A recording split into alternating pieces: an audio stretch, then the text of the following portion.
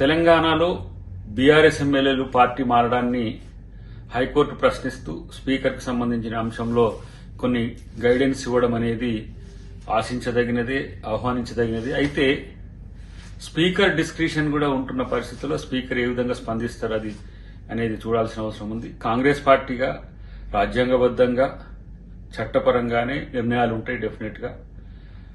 ఈరోజు ఇమ్మీడియట్ గా హైకోర్టు స్పందించడాన్ని కూడా స్వాగతిస్తూనే గతంలో కూడా ఇలా స్పందిస్తే బాగుండేదని ఒక ఆలోచన ఉంది. గతంలో కాంగ్రెస్ పార్టీ మర్జర్ కొరకు ప్రయత్నం చేసిన క్రమంలో ఏ విధంగా జరిగిందనేది.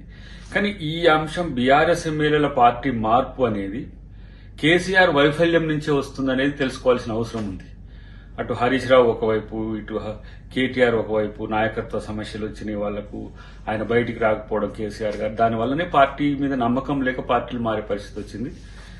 గతంలో కూడా ఆ విధంగా ఒక్కరిని ఆ విధంగా చేసి సీఎల్పీని మర్జీ చేసుకునేంత వరకు ఆ రోజు హైకోర్టు ఆగకుండా ఉండుంటే తెలంగాణలో ఈ పరిస్థితి వచ్చేది కాదు. తెలంగాణలో రాజకీయంగా ఇలాంటి అనెథికల్ ఇష్యూస్ జరగడం వెనుక కేసీఆర్ పాత్రే ముఖ్యంగా ఉండడం మీద ఆలోచించాల్సిన అవసరం ఉంది.